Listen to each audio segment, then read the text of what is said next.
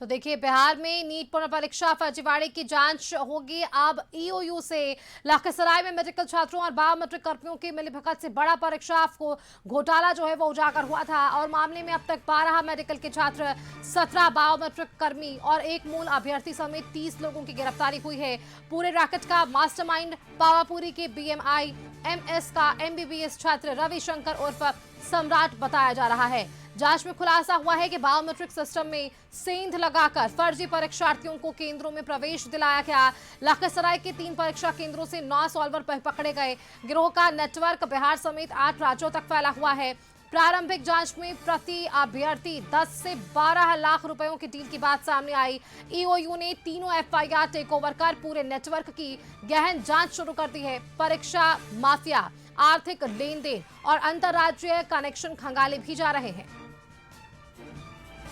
Bureau head Sanjay लगातार हमारे साथ फोन लाइन पर बने हुए हैं। संजय जी, देखिए, एक तो ये री एग्जाम, ऊपर से वापस से बिहार के तार कहीं ना कहीं धांधली और इस तरह से फर्जीवाड़े से जुड़ गए। जिस तरह से ये मामला सामने आया, अब उसके मुख्य सरगना तक की कोशिश जो है वो ईओयू कर रही है जांच के जरिए।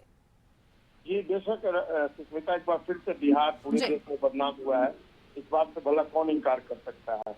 नीट पुनर्परीक्षा में हुए फर्जीवाड़े की जांच अब आर्थिक अपराध इकाई को सौंप दी गई है। सबसे बड़ी खबर है, लखीसराय जिले में सामने आए मामले ने परीक्षा प्रणाली की सुरक्षा और पारदर्शिता पर गंभीर सवाल खड़े किए हैं।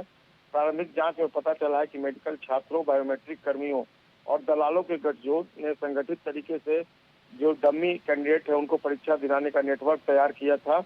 मामले में अब तक 30 लोग गिरफ्तार हो चुके हैं। इनमें 12 मेडिकल छात्र हैं, 17 बायोमेट्रिक कर्मी हैं और एक मूल अभ्यर्थी शामिल है। जांच एजेंसियों की माने तो गिरोह ने बायोमेट्रिक सत्यापन प्रणाली में तकनीकी छेड़छाड़ कर फर्जी परीक्षार्थियों को परीक्षा केंद्रों में प्रवेश तक दिला दिया।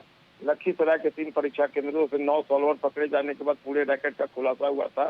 जांच में यह भी बात सामने आई कि प्रत्येक अभ्यर्थी से 10 से 12 लाख रुपए तक लेकर परीक्षा पास कराने की डील की जाती थी। इस नेटवर्क का कथित मास्टरमाइंड जो है वो पावापुरी के बीएमआई एमएस का एमबीबीएस छात्र रविशंकर उर्फ सम्राट बताया जा रहा है, जो फिलहाल एब्सकॉन्ड कर रहा है। पुलिस उसकी गिरफ्तारी के लिए छापेमारी कर रही है। आखिर सवाल यह है कि ईओयू को जांच क्यों सौंपी गई। पुलिस जांच में जो लखीसराय पुलिस जांच कर रही है उसमें यह संकेत मिला है, यह केवल एक जिले या राज्य तक सीमित मामला नहीं है। सुष्मिता, गिरोह का नेटवर्क बिहार समेत 8 राज्यों तक फैला होने की आशंका है।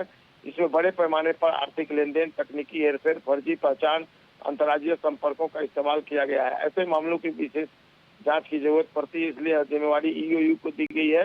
ईओयू ने तीनों एफआईआर अपने हाथ में लेकर बैंक खातों, mobile call detail, digital evidence, परीक्षा माफिया और पूरे आर्थिक नेटवर्क की गहन जांच शुरू कर दी है।